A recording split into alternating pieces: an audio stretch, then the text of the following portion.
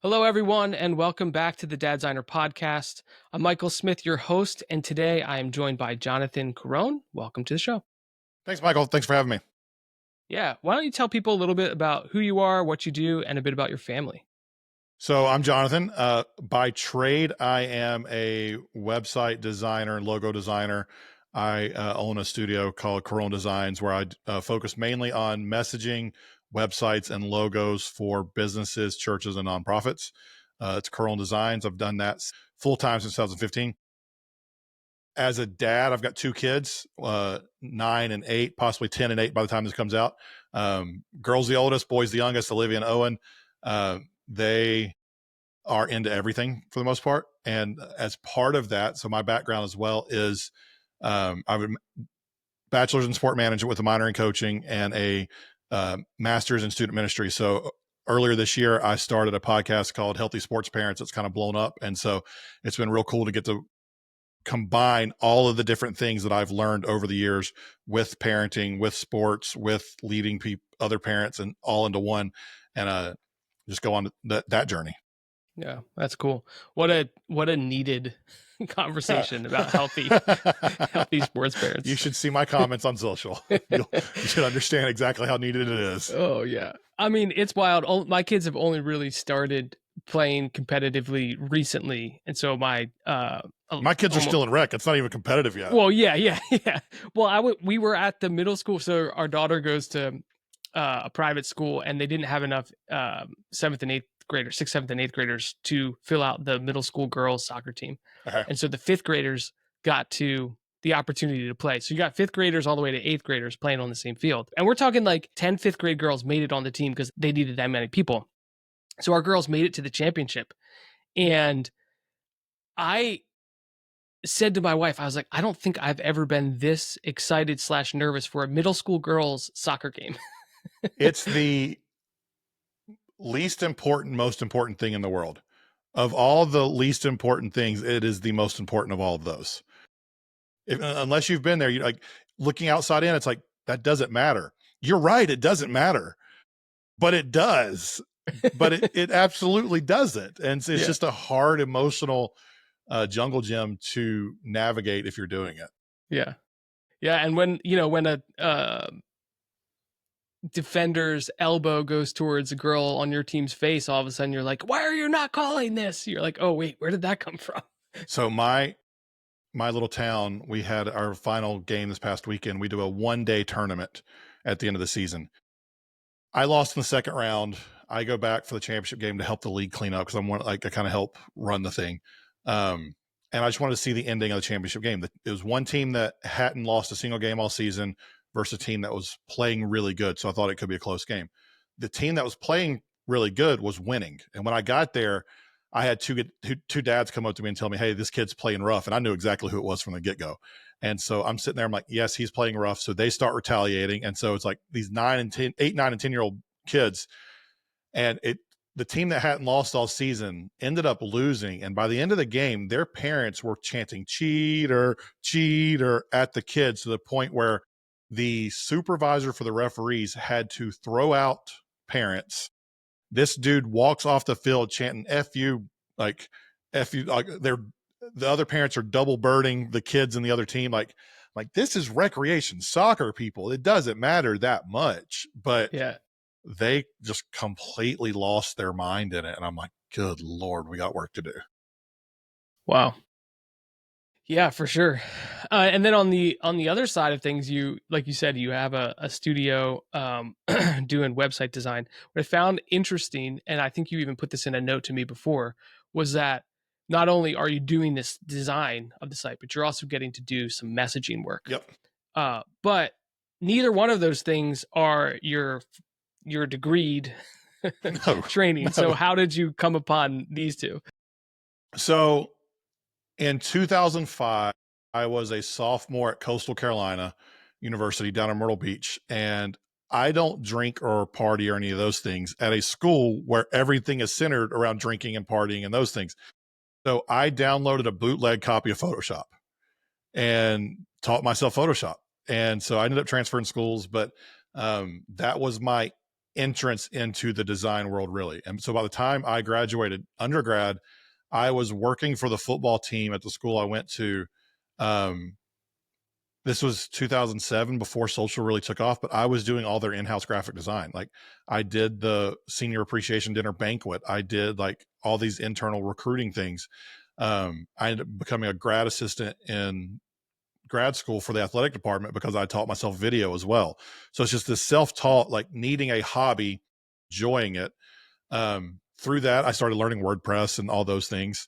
Once I left grad school, went and worked at a church for a few years, and again, that part kept popping up: the graphic design, the communication side of it, and all that. So when I started my business in 2015, I actually thought I was going to be a graphic designer for churches. That's what the goal was. But I realized really quickly there's no money in that. But I'd done WordPress design before. So I was like, maybe I could do this. And so I decided to jump in, and I'll be completely candid. I dove into Divi on WordPress, and I decided to become the best Divi on WordPress designer I could be. Is it the best platform? Not one bit, but it's what I, at the time, could learn. And so I've gotten really good at it. So that's what I've stuck with 10 years later. And I've always been a writer, just on the side. It's how I processed my emotions, just the world. And so I got about 2 or 3 years into the business, and I realized, like, these clients are bringing me really crappy copy, and I could do better, and I was helping them without charging for it. But I realized, like, this is another income stream here. So I did, like, ended up becoming a story brand guide for a few years, like 6 years, I think it was, and got some extra training just so I could formalize the processes. And then that's where the messaging and the copywriting part actually became a side of the business. But yeah, my undergrad is sport management. My master's degree is in student ministry, and I only use those for the podcast now. I don't use those vocationally. Everything else is just what I've taught myself over the last 20 years. So you launched out on that project in 2015, and then you've been independent prior to having kids, still are today. Yeah. So the traumatic thing at the time was we found out we were pregnant with our first kid in October of 2014. And a week and a half later is when I found out my job was going away.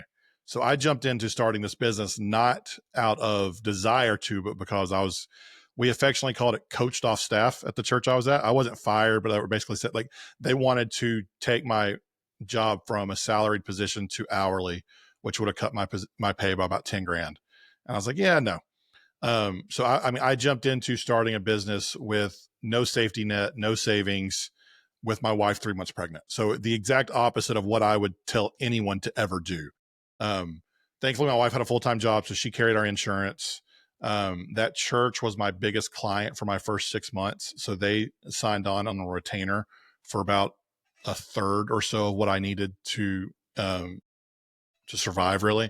And so by the time that contract went away at the end of June, I think in 2015, I ended up making within like $500 of my salary from the previous year, which is different, as if you have your own business, taxes took more out of that at the time. But like, just the fact that I did that, and that was my lowest year ever. I had grown every other year until last year. Last year was the first year that was stagnant. But yeah, it blew my mind to be able to build that, and what it has been able to bring for me and my family since then is pretty incredible. And I never would have dreamed of it. The life we're living now is something I never would have dreamed was possible 11 years ago. That's cool. That's cool. And it's giving you the freedom, I'm assuming, to be able to spend time with your kids, be there while they grow up, all that kind of stuff. I mean, I might be working at field day on Friday for the elementary school, and I don't have to think twice about that. I have a standing disc golf game on Thursdays with 3 of my buddies. And so, like, it's just part of I have it blocked off on my calendar from 11 o'clock to 2 o'clock on every Thursday that we go play disc golf at different courses around here. I get to go on field trips. If a kid's sick, I'm the one, my wife is an oncology nurse. So like, she can't take off work on a whim. I can. I've built the freedom to do that. And so it's just the ability to do that is a gift that I didn't realize was possible when I started. Yeah. Yeah. That's good. And I'm sure the kids love it. Yeah, I mean, well, Or yes maybe they and don't no. recognize it. I mean, they love that I can do the things they want to, and it's to the point that's like, hey, do you want me to do this? No. Do you want me to come on this field trip? No. I am around so much and available so much to them that they don't have to want me at everything. They like it's a really cool idea because my daughter last year for soccer practice, I forget how it came up, but basically she was good with me not staying at practice. And she actually preferred me not staying. And it wasn't because like I'm yelling at her or anything like that. It's just I'm around so many other places that she doesn't need dad to sit there and watch her play or in practice. She can use that time as her time with her friends. And so we've had conversations like, hey, I'll be anywhere you want me to be. Just let me, but if you want your space, and she's like, okay. And so she's like, she now knows like, hey, do you want me to come on this field trip? No, I think I'm good. And it's a cool spot to be in where it's like they desire us to be there, and they have the freedom to ask me to come to something, but also I'm around so much that they can say, no, I want this for myself. And I don't feel like I'm missing anything. Yeah. Yeah. Yeah. I'm definitely fourth in line for field trip asking. It goes, one of the grandparents, Uh-huh. one of the grandmoms, my wife, then me. I've gotten to go on some, which I always am very grateful when I get to. Liv Yeah. says I'm mid-sus cringe, which I take pride in. Yeah.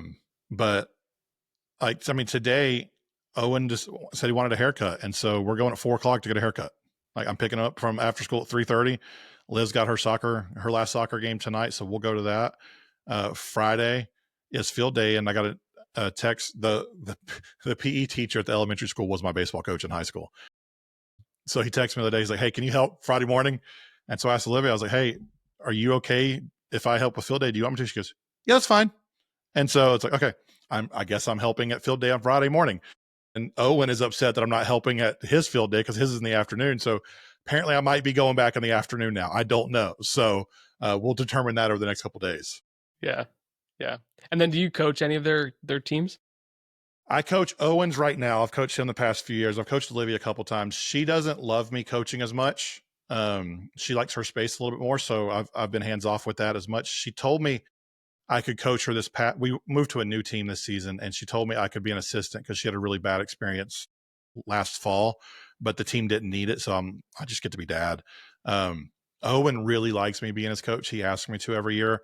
I'm recognizing that he needs to hear another voice though.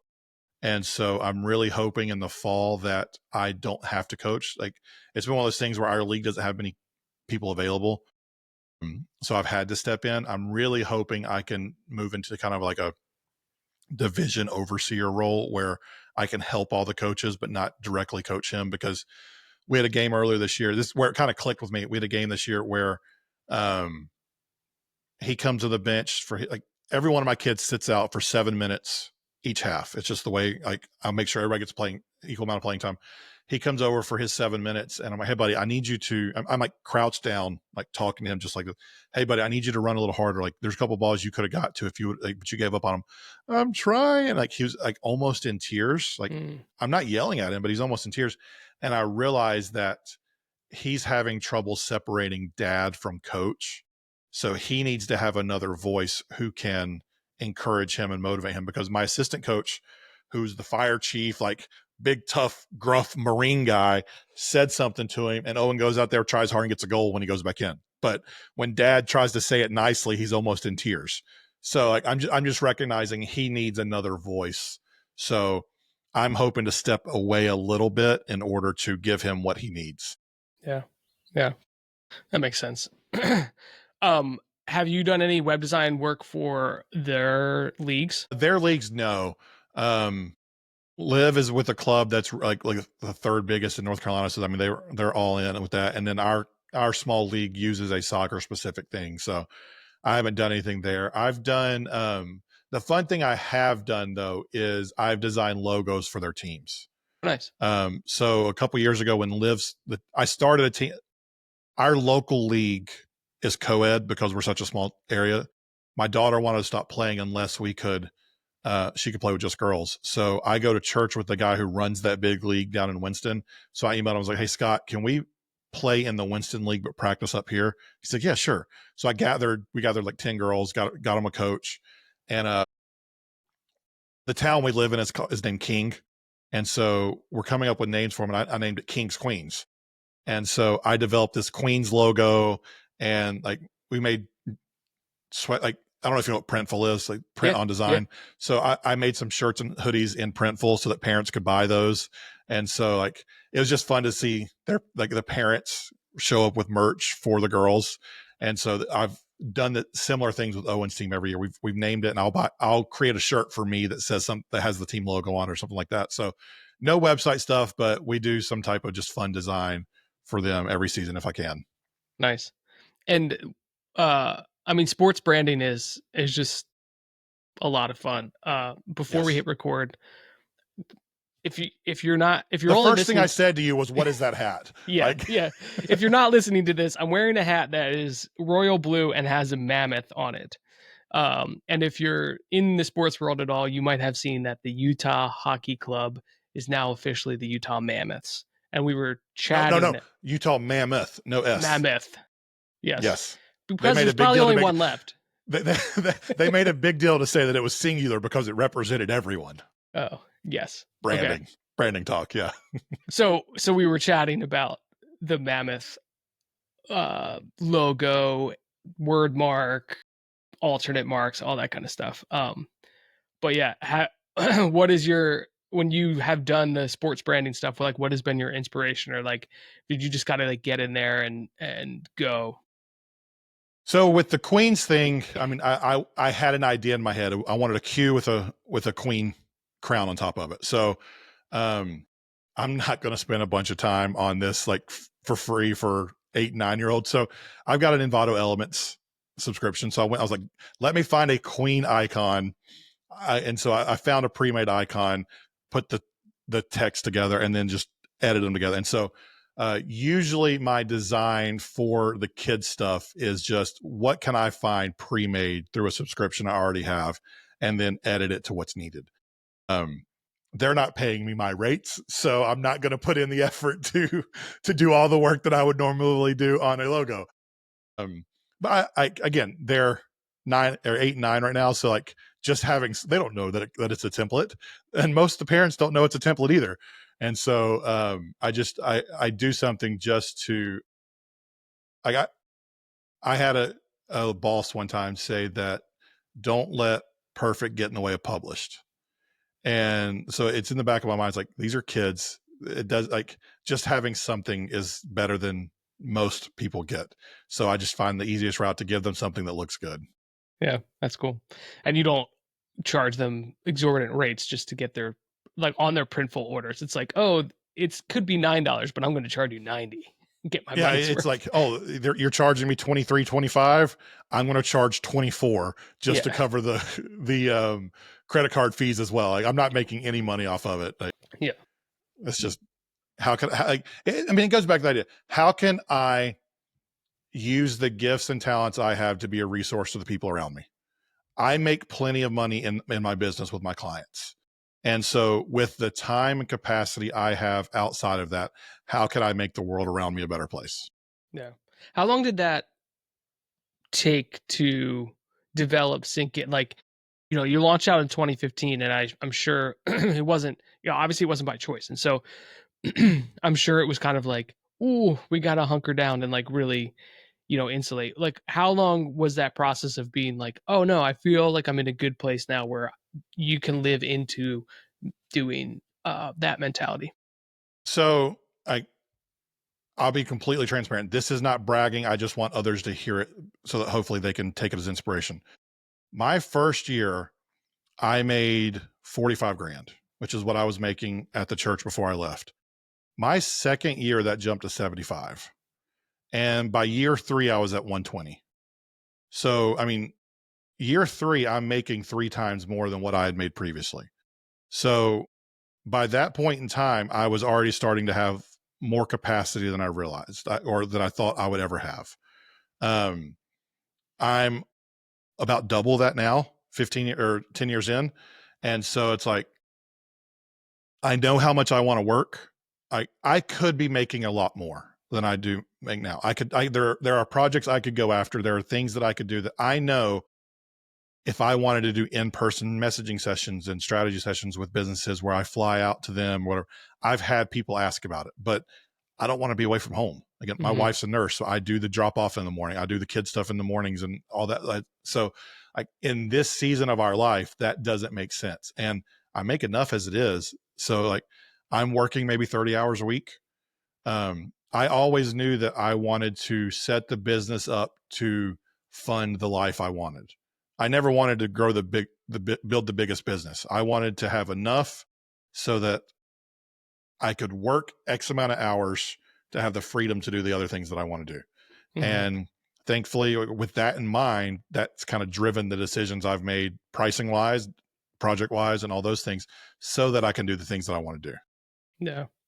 Yeah. Capacity has been something I've been thinking about a lot. How do you manage? I mean, you have a lot more experience in doing this, with almost 15 years.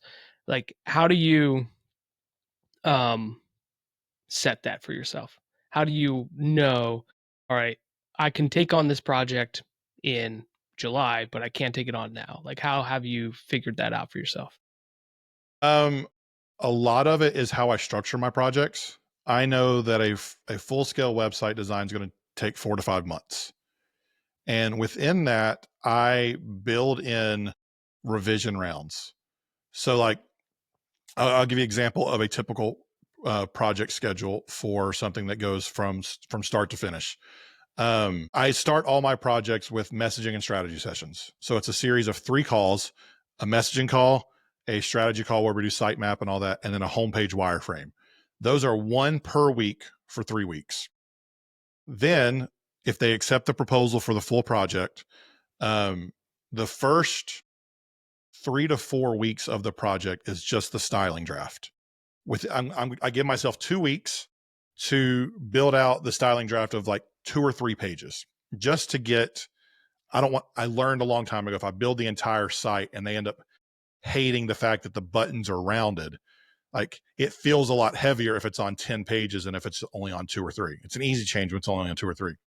So I do that. I send that up, give them a week to get revisions, and give myself a week to clean it up. So that's the first 7 weeks of a project is only about 8 to 10 hours of work. And then, so once we lock the styling in, I give myself 4 weeks to build out the full site. And normally it's 10 to 15 pages. So I have 4 weeks to build 10 to 15 pages. And if you've built in WordPress, like it's not going to take me more than a day or two if I was to sit down and do that, to build that out all the way. So I'm able to piece together like, oh, we've got a field trip here. We got like, I'm going to block my schedule here, whatever. And then I give them 2 weeks to get their revisions back to me. So there's 2 weeks where I'm not even working. Like Mm-hmm. it's built into the project. So ideally, those 2 weeks that they're in revisions, another project is in the build phase. And so if I stack stuff on top of each other, then it starts to kind of roll throughout, and I don't have too much going on at one time. So a lot of it is how you do your projects, and when you start them, like having firm due dates of when something is due and when stuff is due back from the client. Because I tell them, like, if you get it to me late, that's fine. I understand, but you move back to the back of the list. Like if I have a client who is meeting their due dates and you're not meeting yours, their project that is on time moves ahead of yours. So it's only going to slow it down even more. Mm-hmm. Most people are understanding of that. The other piece of it is, as I've gotten a little more structured, is finding some subcontractors to do certain pieces of work. So I do white label work for a lot of agencies where I will build out a website. So say it's a marketing agency that focuses more on messaging and copywriting, but they want to offer websites. They'll bring me their wireframes and I will build it out for them. And I found some guys that I work really well with where I will build out the styling of the website for the agency. and then they'll go do the busy work of creating the interior pages once the styling is set. So that brings in business that I'm not having to go sell and I'm not really having to manage. I get enough money through the styling draft and the design that I have a little bit of margin to pay them what they think is a fair rate. They set their rates. And if it makes sense within my project, I'll hire them. If I don't have the margin for that project, I bring them enough stuff. Otherwise they understand, like, okay, cool. Jonathan's going to take this one on his own. He'll bring another one to us later. With my logo design projects, you know this as a designer, like it's hard to keep your muscles, your design muscles in different ways. Like my Photoshop skills right now are so much worse than they were 5 to 7 years ago because I'm not designing in Photoshop regularly. So like if I'm heavy web, my logo design muscle is not where it needs to be. So I've got a guy I can use to bring in that will do the design work, and I get to move into a creative director, art director role and still help with the messaging, still help with the overall direction, but I'm not in the weeds of Illustrator sketching stuff out. So I can give direction there. And 8 years ago, I never would have considered giving that away because I felt like I had to do, for it to be my name, I had to do it myself. But thankfully I've grown in my confidence and my leadership to say, hey, I think we should do this, this, or this. Like, go do you, boo-boo. Like you do your design. Like, I'm not going to over manage you on the design process, but when you bring something back to me, what about this? What about this? What about that? And having respect for other designers helps me lead them in a way that everyone that works for me enjoys working with me, because I don't want to be overmanaged myself, so I don't micromanage the process with them. So having those margins built in and those processes allow me to do some of the freedom things as well. Yeah. What year did you first subcontract someone? It was probably like 21. Okay. 20 or so 21. Quite a few years of solo. It was 6, 7 years of solo. Yeah. I would say I didn't do subcontract logo. I had almost completely cut out logo design because I moved into the web world so much that I was producing some really crappy logos that I didn't feel comfortable charging for. And then this guy reached out to me and was like, hey, do you have any work logo wise? And I'm like, let me see. Like, and we talked, like, great portfolio. I was like, I don't now, but let me check. And so I started promoting it again.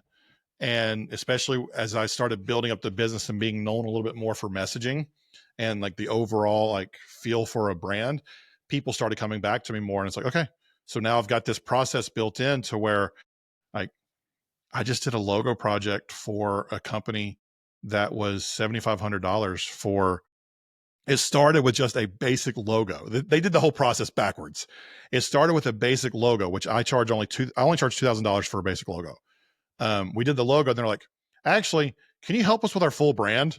I'm like, yeah, but to do that, we need to start with messaging. So we went back, did the messaging, and then they wanted to do the brand build out with like the fonts, colors, tone, all those things. So like we had to go back and tweak. We liked some of the logo, but like it was this bright green color for their logo that didn't fit with their messaging. So we had to go back and reshape the word mark, redo the colors. And so ended up being like a full all in 7,500, but I wouldn't have gotten that project had I not done logos anymore. Like and now I'm doing a website for them. So like all in, that company is going to pay me $18,000 this year. And that would not have happened had I not added logo design back into my processes 2 or 3 years ago. Yeah, that's cool. What a great example of like how to sell into the main thing that you do. That's cool. If people are asking for it, even if it's not your specialty, if you can find someone to partner with and become the vehicle, like we think as designers that we have to design all the things or else it doesn't count. And what I have learned is that people are coming to me because they have a problem and they don't quite care if I'm the one pushing the pixels around, or as long as I help them get a solution that they need, then that's what they're looking for. And ideally they want my style because that's something I do attracted them to me. But if I can oversee the process and if I can pay my contractors what they deserve, and not like, I'm not a believer in outsourcing to the cheapest thing possible.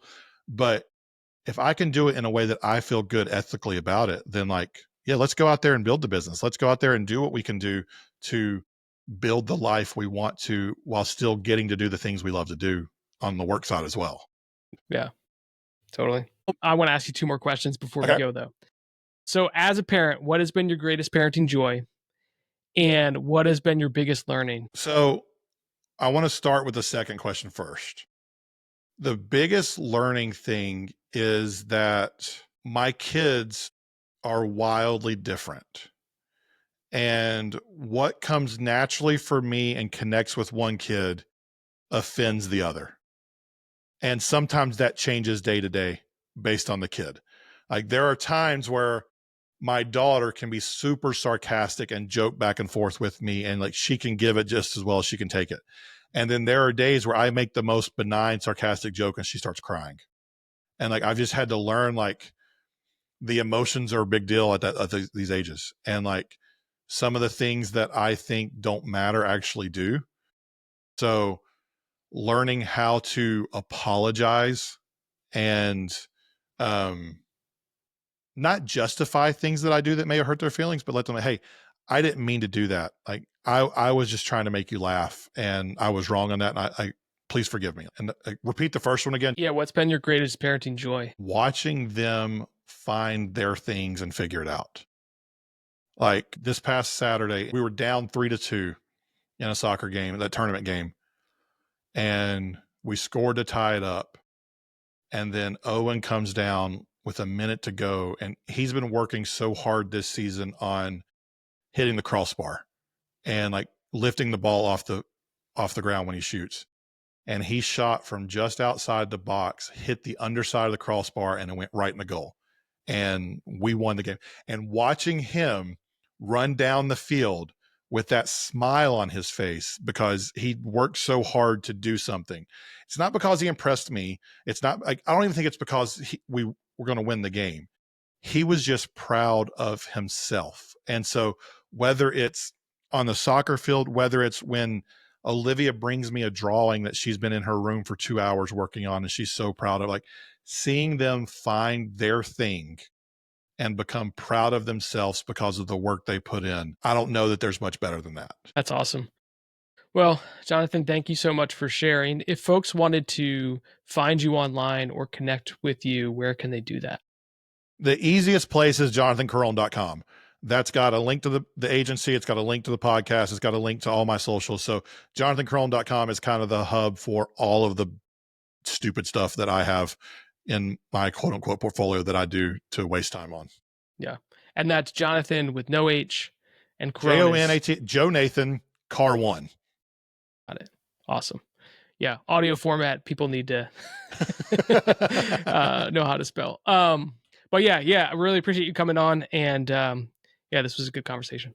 Awesome. Thanks, Michael. I appreciate you.